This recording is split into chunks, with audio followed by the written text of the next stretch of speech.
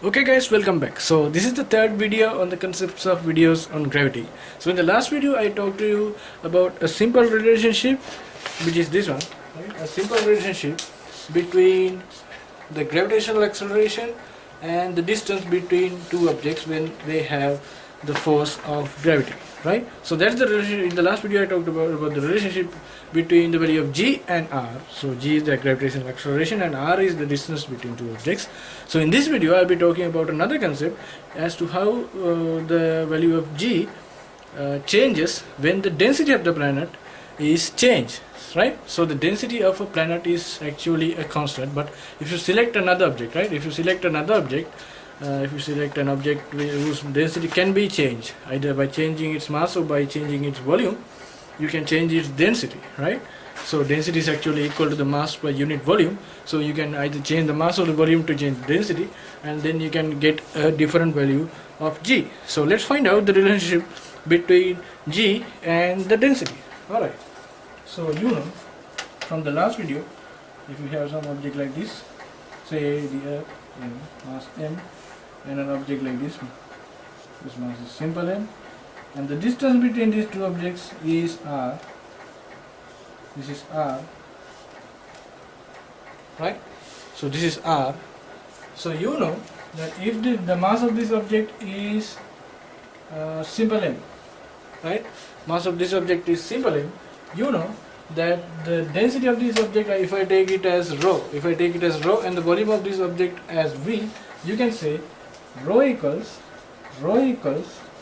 m by v,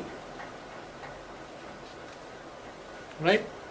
No, I'll take this planet, right? I'll take the planet of the object, another object like this, right? I'll not derive it for the smaller mass, I'll derive it for the larger mass, right? For the larger mass. So the density of the larger mass is directly proportional to its mass and inversely proportional to its volume, alright? So rho equals m by v. So what actually happens is that m is now equal to rho v. M is equal to rho times v. M equals rho times v. Now if I take this object to be a sphere, a kind of a sphere, I would say if I have a big ball, right, a soccer ball or something like that, it's a complete sphere, right? Sphere, its volume will be m equals rho times, the volume will be 4 by 3 times 5 times the cube of the radius, right? Cube of the radius. Alright. So m equals rho times 4 by 3 times 5 times cube of the radius. Alright. So that's the value of m. So from the last video, we found that g equals gm by r square, right?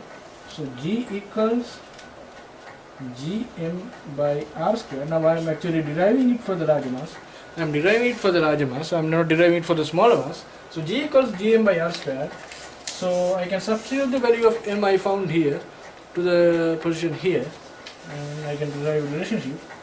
So g is actually equal to g times rho times 4 by 3 times 5 times r cube divided by r square.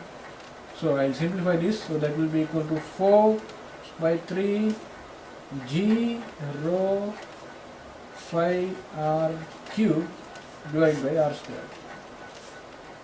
So this is general expression, right? This is the general expression.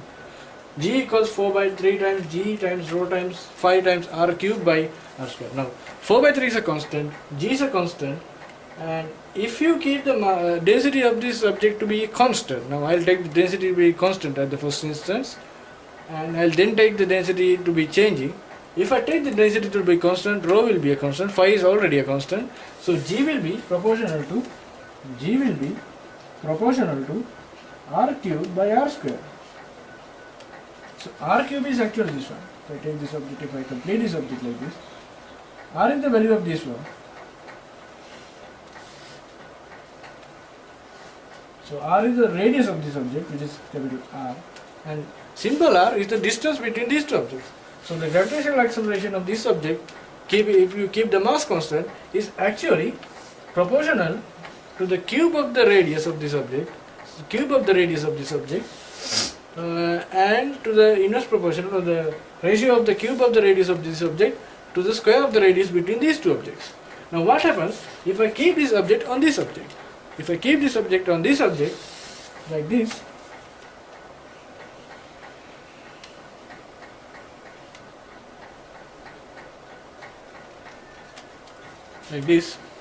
so the value of r here,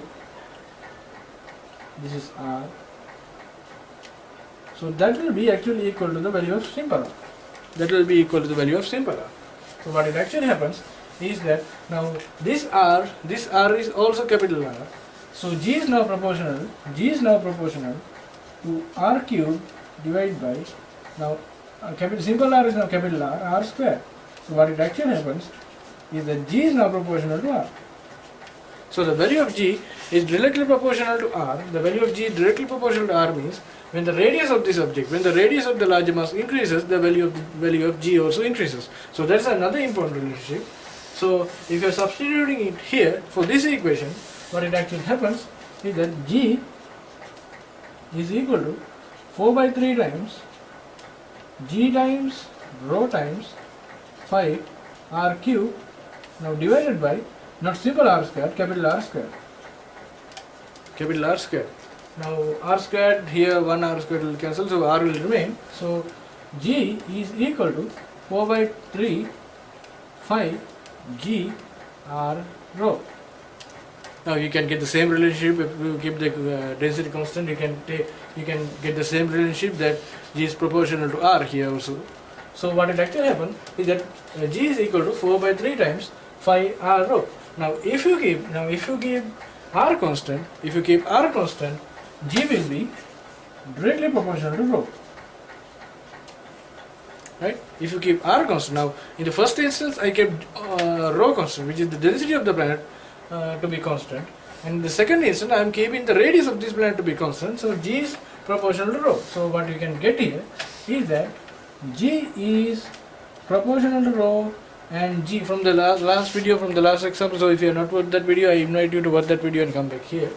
So for that, what happens is that G is inversely proportional to the distance between these two objects, and now we found again that G is directly proportional to the radius of these two objects. So this is another important relationship, three important relationships as to how G can be changed using the density of the planet, using the distance between these two, between a planet and an object, and the radius of the planet, how the value of G can be changed. So in this video I talked about the situation as to how the density plays a key role. The density of a certain planet plays a key role in finding the value of G, and how the value of G changes with the density, with the radius of the planet, and the distance between an object and the planet. So in this video I talked about another relationship of G. So in the next video I'll be talking about another complex topic of gravitation, and see you then.